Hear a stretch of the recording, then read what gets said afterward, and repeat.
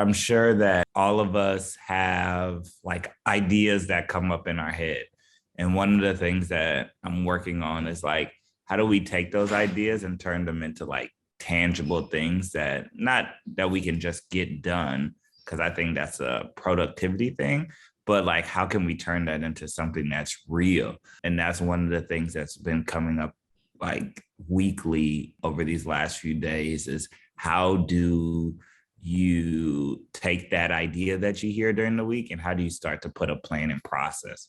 So now what I've done is like Saturdays are my days to I have a sheet on like a Google Note and I take that note and I just go with it. I look through whatever I wrote down for that whole week. And then I organize it like this is a 6 month project, or this is a year-long project, or this is a 2 month project, or this is a this week kind of thing, right? How can I actually get these things done in a tangible way? And that's my new process that I literally have just started in the last few days. So Yeah, it's definitely a skill to like say, okay, I want this to be done in a year. What do I do next week about it? Yeah. right. It's a huge thing. So, and that's my point, right? By having these days to do something every single week, now you're sticking to that.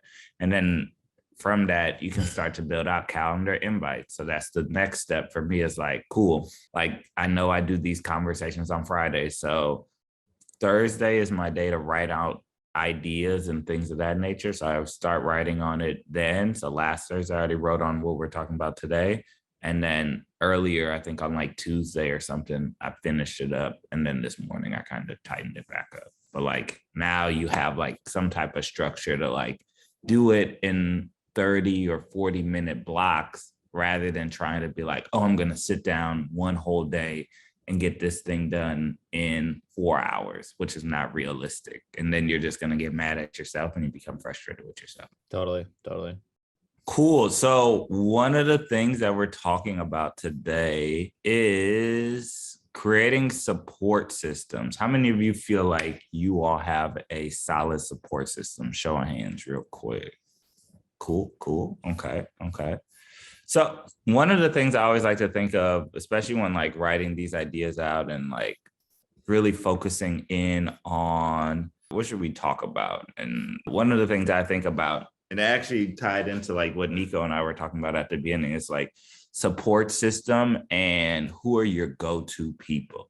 But before we go there, I really want to clarify like what support system is, kind of just breaking down, as you all know, I break it down from like a definition standpoint because I think language is very important for us to add context to what we're going to be talking about. But one of the things where I always like to think of is like, where do we find support? Right. And when we think about the meaning of the word and how it relates to us as humans, for me, I would say it's a network of people who provide an individual with practical or emotional support. So it's either in a practical way or it's in an emotional way. I think a lot of things fall within that. Right. And then for me, what that had me start thinking about was like, okay, how do you break down who's in what different categories? So I thought of, I don't know why this was my first thought, but I thought of like people you choose and people you don't choose. And I think this applies to like careers. This is mainly from a career standpoint, as we all know. People you choose are more so outside of that career, right? So you got your friends, you have like significant others. You don't really choose your family, but you can choose kind of how you interact with your family as well. And then people you don't choose are like your coworkers, your boss, your everyday people that you interact with, right? So like the person that's in front of you at Starbucks, or the person that's behind you at Starbucks, or the car that's next to you that just honked their horn. And from that, I think it's really important to understand like those things can throw off your day-to-day support, right? However you support yourself, but staying focused on having a clear understanding of what direction you want to go into for that day is very important. And that's actually what Nico and I were talking about. What does the practicality of your day look like? What are you doing in that day? What are your intentions for the day, rather than just going into it and not knowing what's going to happen? That's another conversation, but that's a little bit of what we were talking about. So When we think of the word support system, I like to break it up into two different spaces: understanding what support is, and then understanding the definition of system. What would you say? Let's go with Nico. What would you say support means to you? Just that word. Like, what does it mean to you as an individual? Probably who's there when you're struggling the most and who's able to step up the most when you're struggling. And that involves saying something or doing something, just having someone there in those moments. Okay. And what about the idea of a system? Jamima, what does system mean to you? So a system for me means the way something kind of like runs or how things are kind of like coordinated in a sense, which kind of like brings like structure and order in a sense. So yeah. Okay. Structure and order. I like that. And then McKenna, let's talk about what is a bad support system? What does that look like? A bad support system, I think, would probably be like people who say that they're going to be there for you or like help you like succeed and stuff, but when you need them the most, they're like super flaky and like don't live up to what they're telling you. Like basically people who are like gonna lie about how much they're gonna be involved. Like if you go to somebody and they're like, I'm struggling really badly. When you were struggling, I helped you. Could you please help me? And they're like, no, I got other things to do. And I think thinking about the cause of that is very important. And like just looking at the definition of those two, right? I think the support, what I thought was really interesting from the definition standpoint of support was there's two definitions that are in the dictionary. It says bear all or part of the weight, and then it holds you up, or a thing that bears the weight of something or keeps it upright. And I think that really speaks to like us as people, right? We have some friends who bear all of the weight, right? And then we have some friends who just are there for some of the things, right? You have a person, we'll talk about this a little later, but you might have a person that you go to for specific things, right? Or you might have a person who's your go-to person for just about everything. I do think, and we'll talk about this in a self-reflective way, is it fair to have someone bear all of that weight? And that's something I want you all to think about. We'll talk about it more as we go into the breakout room. And I think this idea of system, right? Something that's interconnected is really important. So setting things, a definition of it is a set of things working together as parts of a mechanism or interconnecting network. And I think that's something that Jamima talked about, something that's in a flow, that's consistently moving and going and working.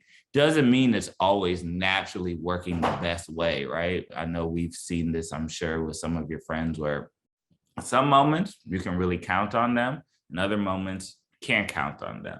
Doesn't mean they're a bad friend. They might just be going through something. And that's what I mean by like bearing some of the weight and all of the weight, right? And it depends on the different seasons that we're in that we can really reflect on that. So really thinking about those different areas, I want us to reflect on what do we think the roles are of people in our life.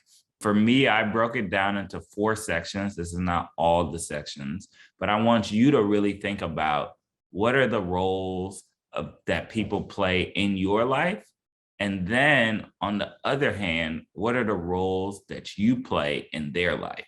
Because as we talked about it, and I think McKenna touched on this, is you might have been there for someone's issues or problems, but maybe that person can't be there for those issues or problems that you're dealing with, right? Maybe they can support you or help or encourage you.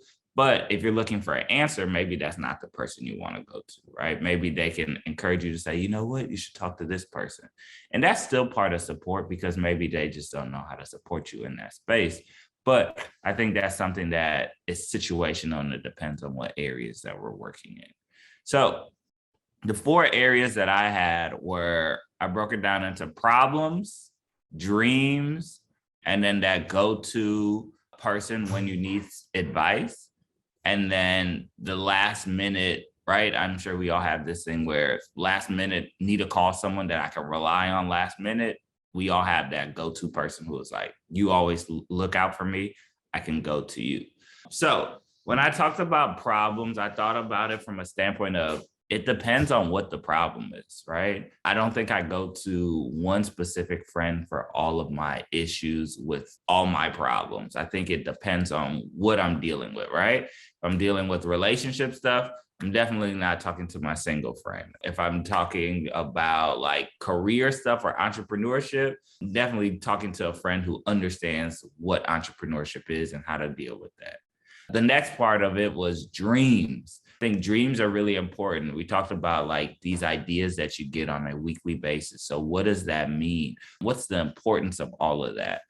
Is it someone that you can just trust? I put trust with your heart, right? Because for me, my dreams are connected to my heart and who I am. And I don't trust that with just anybody who could just, for lack of better words, kind of like discourage your dreams or what you want to accomplish. And then the next part has to do with needing advice. That one I think is situational, but I think most of us probably have a support system or a person who we can go to with just like advice. They're always there to give good advice or to help me walk through it so I can give myself good advice. And then that last person, who is your go-to person with like last minute, I'm always calling. Like for me, my friend Darius, he's my go-to person where it's like, yo, if I need something done right away and I can trust someone to get it done last minute, I'm calling him because we have a strong trust factor. So what I want you all to do is go into a breakout room. You'll have about till 10:05 at the latest. It shouldn't take that long. I want you to think about what are these support systems and what do these roles look like in your life? What are the different roles as you break it down? Right? For me, I broke it down into those 4 spaces. Maybe you have 4, maybe you have 6, maybe you have 10, maybe you have 3, right? And they all fit. I want you to put what that is, define what it is, and then think about not only how have those people helped you, but how have you helped those people as well, right? What are you sacrificing for them? And what are they sacrificing for you? I think it helps in the form of self-identification, understanding, am I putting the same amount of effort into my support system as the support system is putting into me? Sound good? How was it? What y'all talk about? It was really good. We kind of we talked about a lot about like kind of just identifying who our biggest like support people are. A lot of us came to the same consensus that like we don't necessarily categorize the people in our support system. Like we don't go to these specific people for this specific thing. Just like identifying who we go to for support and then complaining about like other things, like how like Sabrina and I were talking about how like with like career stuff, we have a hard time finding people who are just as driven as us to like talk to about. That's so true. That is a everyday life thing, but you'll definitely find your group of people. It just evolves. It's one of those things. What else? I was hoping. You said what? I said hoping. Hoping. Okay. What else did y'all talk about? How awful it is looking for jobs. Finding jobs is definitely tough. Finding people is easier though. Mm-hmm. Yeah. I mean, people who want to be there. Yeah. Yeah. Facts. I mean, yeah. We also learned that Nico lives with 13 in a 13-person house. So Yeah. Yes. Nico is a man of many talents. You're all welcome to come over and never leave. So just add like 10 more people. we will find room for you. We love all people. Yeah, we just like have the mutual thing where like we have really close friends. And then Nico had also, he was just saying that his dad and his brother also like in sense of family are like the closest that he goes to, one for like general things for creativity and the other one for like practical senses. Kenna has people in her life who just like balance her out or be like, hey, you need, like relax, chill, or take a chill pill, or relax, you'll be overwhelming, or just a reminder that she's got this and not to freak out so much. Sabrina and I also talked about how we tend to be the people who are the support and have a hard time asking for it. How many of us are in that situation? That speaks to me. I'm always supporting others. Who doesn't have a problem asking for support? Anyone? For me, it depends on the person. Like I know I can ask my friend Kenzie anything at any time and she'll always be there. But like I mentioned that like my mom has always been my biggest cheerleader, but whenever I reach out to her, it worries her to high hell, and like don't reach out to her as often just because I hate worrying her. If you want to ever worry your parents, get a good job. This is what happened to me. I got a good job out of college, and then I told my parents that I was quitting and becoming an entrepreneur, and that was very stressful. So I understand exactly. My mom is a big supporter of me, but because we work in two different worlds, she works more in like a corporate setting, and I work in more in entertainment. So she doesn't always get it, but she supports it. But sometimes, like when we talk about dreams and things of that nature, her vision isn't there, right? And that's why I wrote that down for me. Like, she's not my go-to person with like these newer ideas because she doesn't have context to it. But someone else, like my girlfriend, is in this industry. I'm blessed enough to have her where we work in similar spaces, and you can chat. I can chat with her about that, which is beautiful. Yeah. There's a podcast called Diary of a CEO, and they talk a lot about entrepreneurship there. And on one of the episodes, he's talking about like this guy knows a lot of like small entrepreneurs that became really, really big. And in the process of becoming big, lost all their relationships just because, you know, time management goes out the window. And then it sounds like obviously you have a partner who's in the same space, but a lot of people who start that, their partners didn't sign up to be with an entrepreneur. And they're just like skyrocketing, and you know they're going a million different directions, and they're broke one second and rich the next second. So crazy experience, and yeah, trying to balance that is not easy. That was my whole 20s, trying to like be an entrepreneur and trying to date, and then we found each other, but we didn't find each other till like 25. So that's a while. That's a good age. Yeah, but even then, you still got to figure a lot of stuff out because entrepreneurship, like Nico said, one day it's great. Then the pandemic happens, and then things take off, and then it always is shifting and changing. So, but the key, I always say this to all the interns, is when navigating spaces, you figure out how to get a lot of stuff for free or discounted at a heavily rate. So a lot of the stuff that I get ends up being either for free or like a very small price. And the way that happens is you build these relationships with people. Some of these are organic. Some of these are not forced, but like they just not happen, but you target in on building those relationships. Because a lot of people, like for me, I'm really into like sneakers and like fashion. And luckily I've been able to make relationships with people in those industries. So like the people in those industries, like I was walking on the elevator in my building and someone recognized my shoes, and there are these like kind of exclusive shoes, but I got them for $20 and everyone else pays $200 for them, right? So like when you build those relationships, life is a lot easier. And if any of your goals are to ascend to like influencer or stardom, you get all of that stuff for free. So having a nice middle ground of that, of not paying for too much, is always a focus that I've always tried to work in. And it makes your life way easier.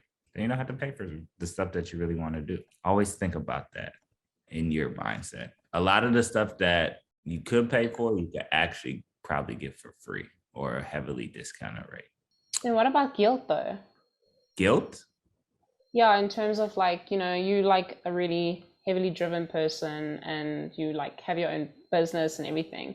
So like, do you ever feel guilt when like you don't have that proper 9 to 5 hours and you come home at a certain time, XYZ, to quality time that's missing, or like someone's feeling a bit like neglected? It's a good question. You have to have balance, right? So like, then this ties into like days that are very important, right? Like my Sunday, I don't touch anything that has to do with work. And Saturdays now, I'm not trying to work as much, right? Because I could be working from like 5 a.m. to like 9 p.m. or sometimes it's 7 p.m. or sometimes it's 6 p.m. right? So you just have to balance that out. The one thing I always say about like entrepreneurship or a career is like, I think I've always told y'all this, but like, I don't listen to people as much. I go about it. I listen to the facts, and even the facts can be misleading. But like to Nico's point, I'll use this as an example. I remember I used to listen to Gary Vee all the time at the beginning of like the Gary Vee like ascension. And they always talk about like losing friends.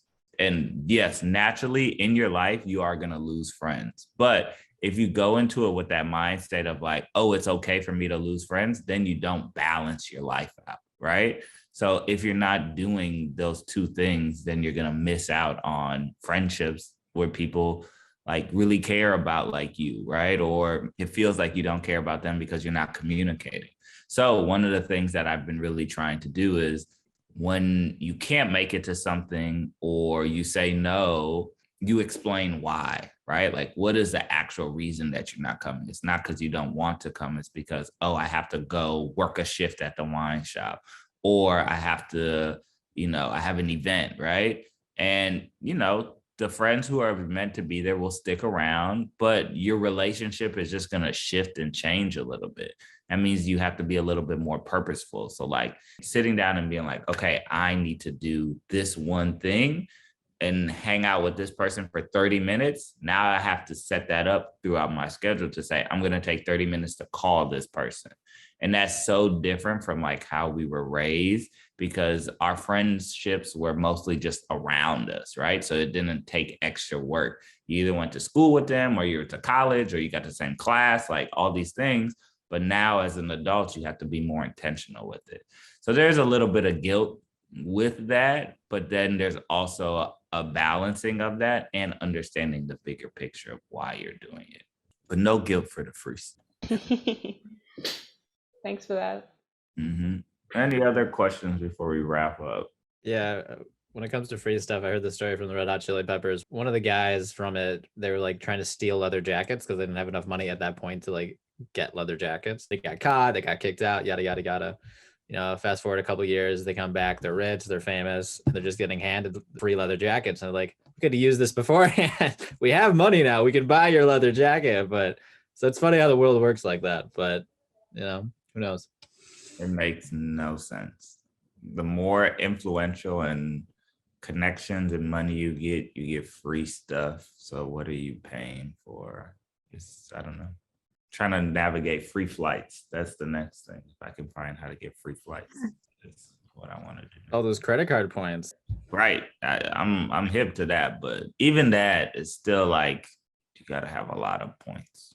But as an entrepreneur, you get other people to pay for your flights, or you find projects and things of that nature. Like mainly for like work, right? It's like work related. Yeah. So the cool thing is like, and especially it depends what type of industry you're working in, right? With like Derek, like when we went to Bordeaux, right? Like Derek won a free flight and then like have free stay. So sometimes it's meeting halfway, right? Like the most important thing, the most expensive part of going to Europe is not necessarily the travel, but more so like the stay. So like you can meet halfway with that, and there's understandings of that. But when you work with someone like one-on-one, and that's why I prefer this, I can say to Derek, like, hey, like I remember one time he got this thing, he went to go speak at Twitter in New York. And I didn't necessarily need to go, but that's when Meryl and I were long distance. So I was like, hey, I think I can go with you, but I don't have to, but it'll also be good for me to just go. And then I can stay a little longer to like hang out with Meryl. So that was a moment where we made that work. So those are the things that you can do where like you might go there.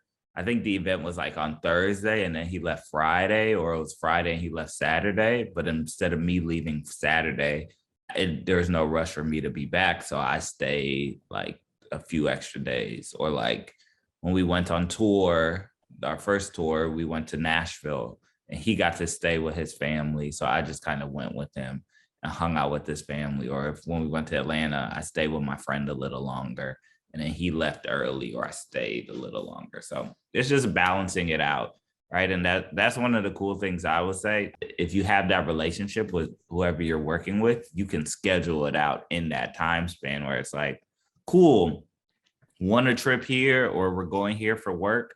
I'm just going to extend this 3-4 days, and maybe they pay for the 4 days and you getting there, but you have to pay for those next 2 or 3 days. So it's just navigating all of that stuff.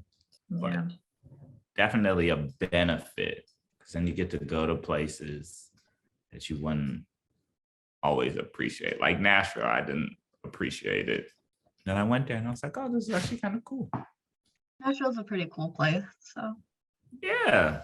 It reminds me of like, I don't know if any of you have been to Detroit, but it reminds me of Detroit. It's like a lot of space and a few things to do, but very spaced out compared to like Chicago's like everything in like areas and like you can just easily get to everything.